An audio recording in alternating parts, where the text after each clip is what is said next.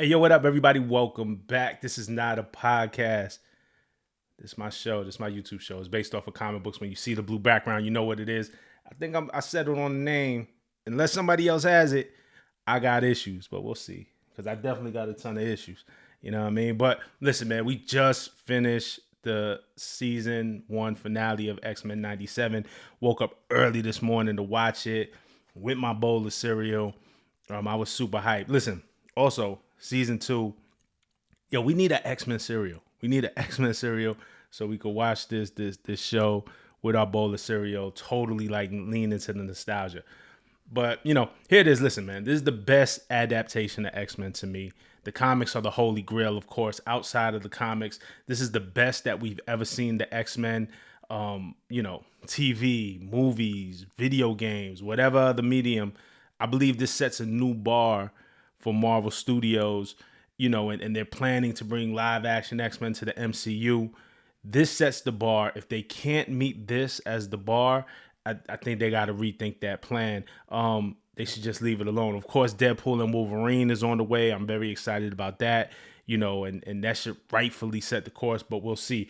If you haven't seen episode 10, if you haven't seen the last episode of X-Men 97, which premiered today, you should probably skip this video because I won't go through like every Easter egg. I think shout to Screen Crush. I'm a big fan of what they do. Like they cover so much ground. There's so much work that goes into that. Not that I'm afraid of the work, but that's not what I'm here doing. But we're going to talk about the episode, so there will be spoilers, all right?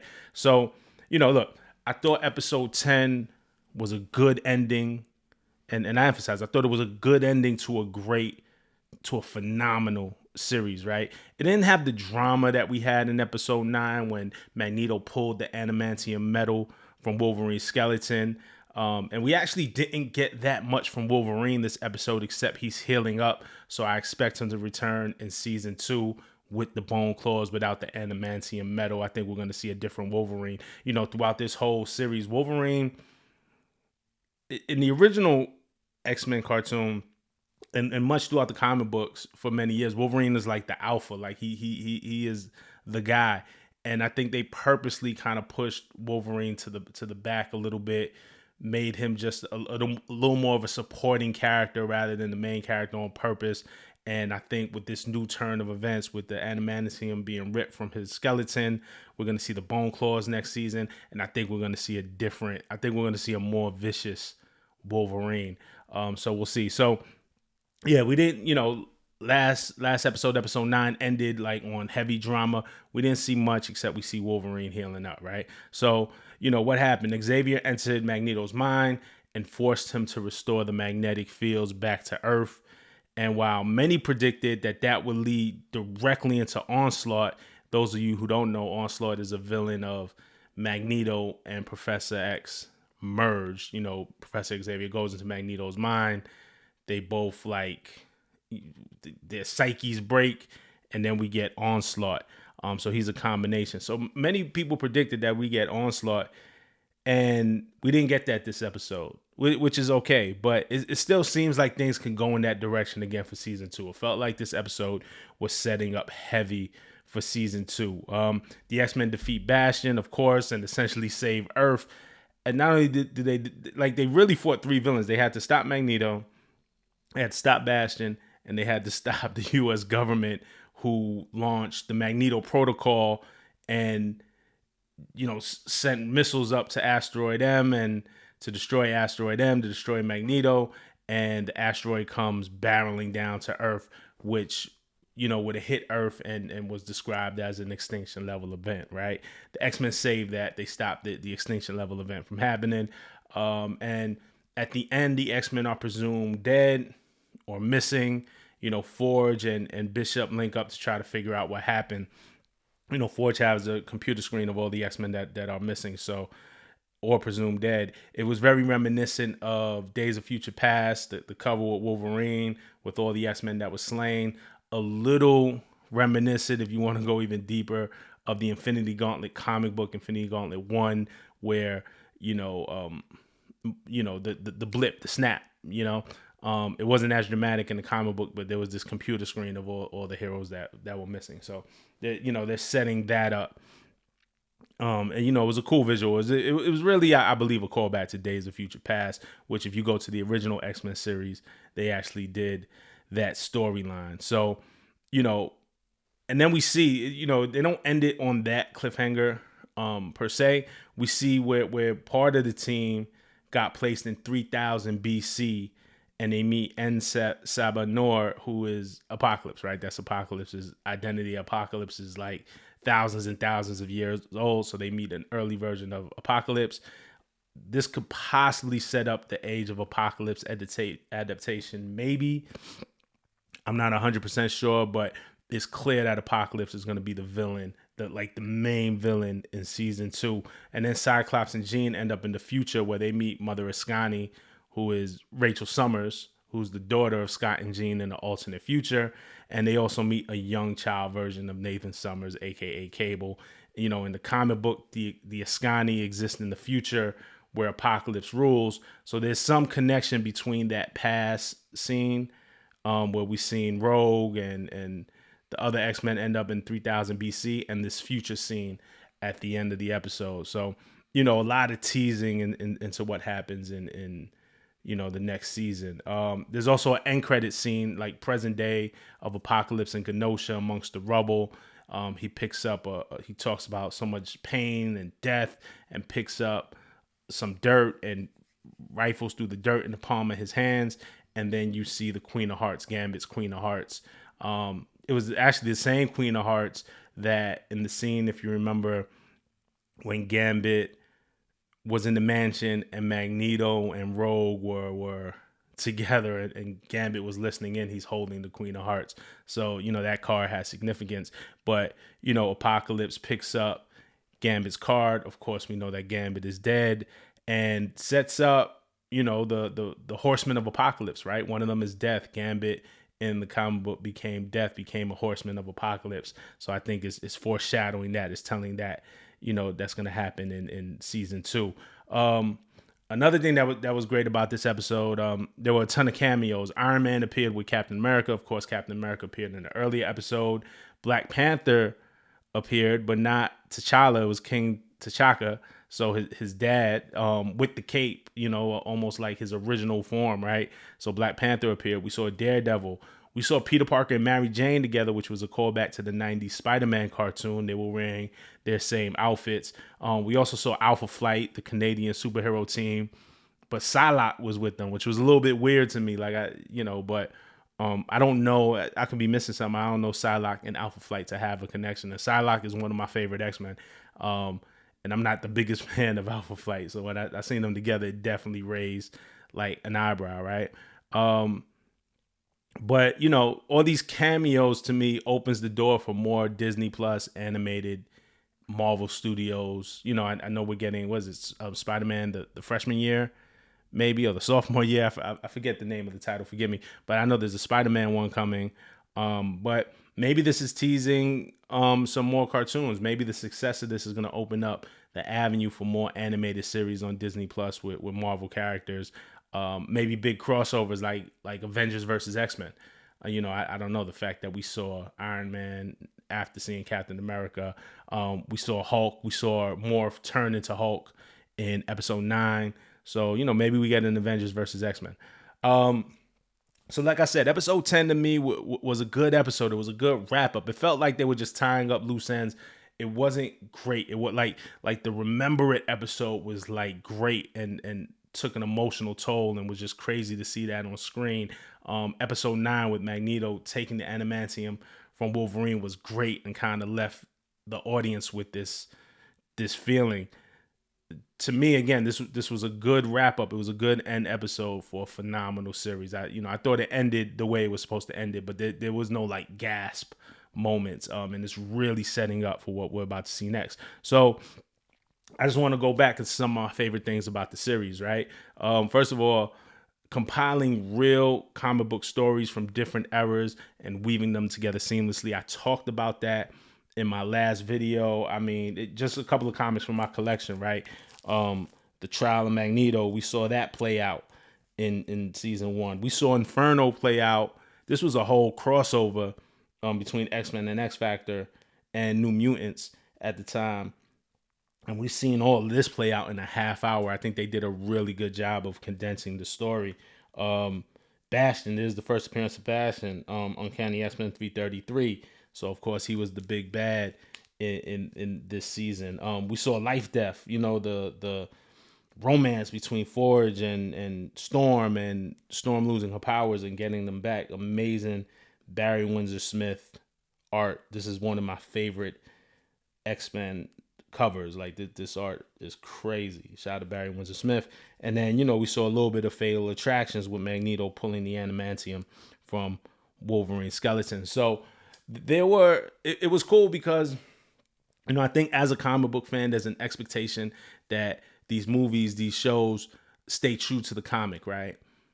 But that's also boring. Like if I could predict what's happening next, I don't really want that either. So it was cool how they pulled from a bunch of different areas in the comics, kept it true to the comics. It felt like the comics, but it was a new story. Like I couldn't I would have never thought to intertwine Inferno and Bastion in the same season because in my mind they come from different eras. So I think they did a great job. Shout out to Bo DeMayo, who we still don't know why he's not on the series. I don't know. I'm not going to speculate, but he did an amazing job with this. Pulling real comic book stories and compiling them and weaving them together seamlessly from different eras. That was a major plus for this. I love that there was consequence in this series. Like this wasn't like necessarily a kid's cartoon. It got heavy at points. There were real like adult themes. Whether you talk about the father-son relationship between Cyclops and Xavier and the feeling of abandonment, and then the same thing with Cyclops and Cable. Or, you talk about him and Jean or Madeline Pryor wanting to leave the X-Men to raise their family, but they couldn't. Magneto coming back. Magneto struggling with the oppression, the genocide that he felt, as a kid, under the Nazi regime and the genocide happening again in Genosha and him trying to be good and live Charles's dream. But at the end of the day, Magneto is scarred by, what had happened in his past, right? So there's real character development. And the consequence, Gambit died. Like that was heavy. That reminded me of, for people my age when we were kids, when we see Optimus Prime died in the Transformer movie. I think that was the 86 or the 87 Transformers animated movie. Like Gambit died. Like I didn't see that coming. That was heavy. Wolverine's metal ripped, from his bones. That there was consequence to this episode. Still it's a cartoon, still it's comic books. I don't think Gambit is gonna stay dead, but it was cool that they didn't try to bring him back the next episode. Like there's real development, there's real consequence here. The animation, I heard a lot of people talk about that they didn't like how the art was derived from the original series. I thought it was a step up from the original series. I'm not gonna lie, I don't love the art. I thought the art, I wanted a little bit more from the art, from the actual character design. I thought it was a little basic to me. I thought it could have been like a little bit more intricate, but that's just me kind of nitpicking. But I wasn't mad at the art at the same time, right? But I think the art was good, but I think the animation was great. You know what I'm saying? Again, how the characters moved on stage, on screen. Sorry, how the characters moved on screen. Just the way things moved on screen simultaneously. In episode 2, I think it was, that whole fight with the Sentinels and how they were working together, and the Gambit and Wolverine scene and Beast taking over the Sentinel. Just the way things moved on screen was crazy. Another thing I loved about this series is Cyclops is not whack. I think the original animated series made Cyclops literally a punching bag specifically for Wolverine. So a lot of times Cyclops' leadership and strength is played down so Wolverine can shine more. From episode 1, when Cyclops fought the Friends of Humanities, the way he used his optic blast to create force to propel him across the screen. And that goes back into a little bit of the animation that I was talking about. Like there was one frame where it looked like Cyclops was moonwalking away from the battle and positioning himself. Just the way that the whole movement in episode 1. And then in episode 2, when the Blackbird blows up and Cyclops is free falling, I I remember thinking, I'm like, all right, well, Storm is gonna save whoever. Morph turned into Archangel, started flying. Rogue saved a couple. I'm like, damn, like Cyclops is just falling, nobody's gonna catch him. And then he used his optic blast to like land himself. I thought that was crazy. And then a little bit going back when I talked about the consequence, but Cyclops not being whacked because there was depth to him, but the overall depth of all the characters, right? Rogue turning evil after Gambit died. The complex relationship between her and Magneto. Like I said, Cyclops and Professor Xavier, Cyclops and Cable, Cyclops and Jean, and Madeline Pryor. And it was funny, I was never a big fan of Nightcrawler at all, not in the comic books, not in the series. And this series made me a Nightcrawler fan, specifically when he did the eulogy for Gambit. Yo, he was just spitting bars. Like, that was crazy. Another thing I loved about this series, the toys, right? I wasn't really into toys in my adult life, but I definitely copped all the Marvel Legends, toys here. Here's the Magneto one. Uh, let's see. We got Rogue over here and Gambit, right there. I got a bunch behind me. Somebody had left a comment saying that I need to get into these are the Marvel Legends. That I need to get into the Mayfix toys. One of the Mayfix toys are way more expensive.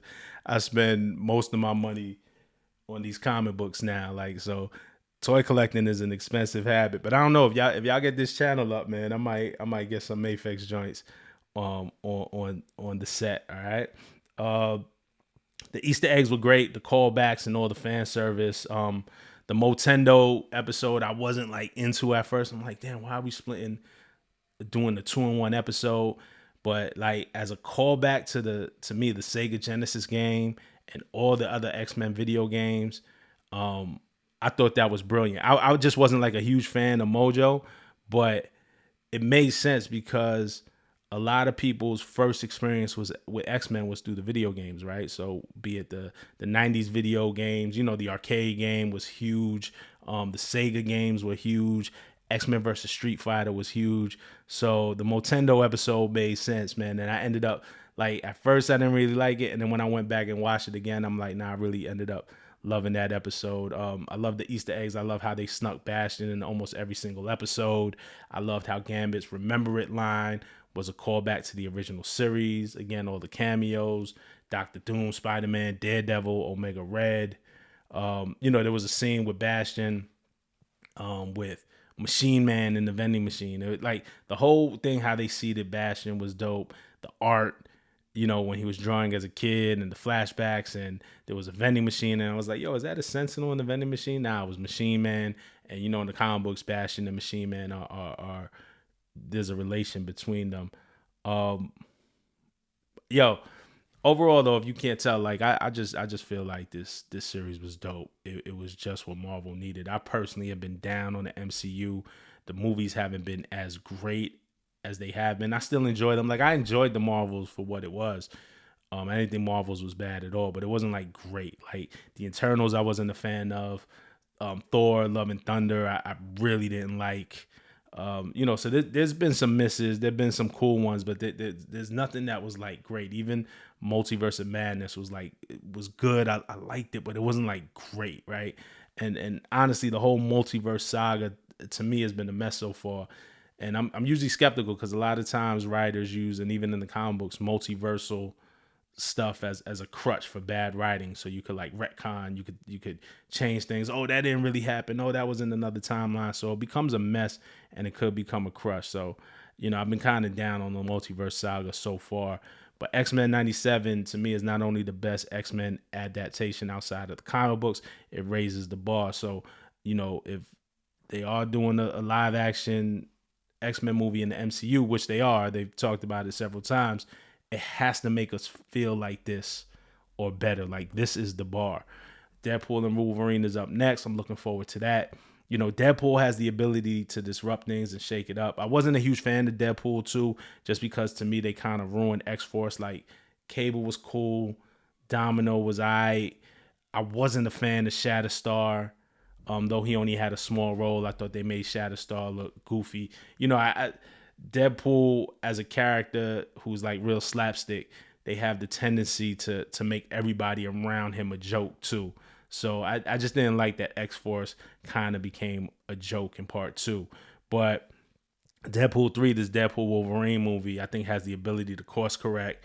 Now that he's coming into the MCU from Fox, I think it'll be interesting how this could set up a live action X-Men. Um, and remember too, we had the end credit scene at the Marvels with Beast and Binary, which was cool to see, but I wasn't 100% sold on that. And maybe Deadpool will tie that together, or at least course correct and give us like something new and fresh to look forward to. But when it comes to this X-Men 97, again, the bar has been set.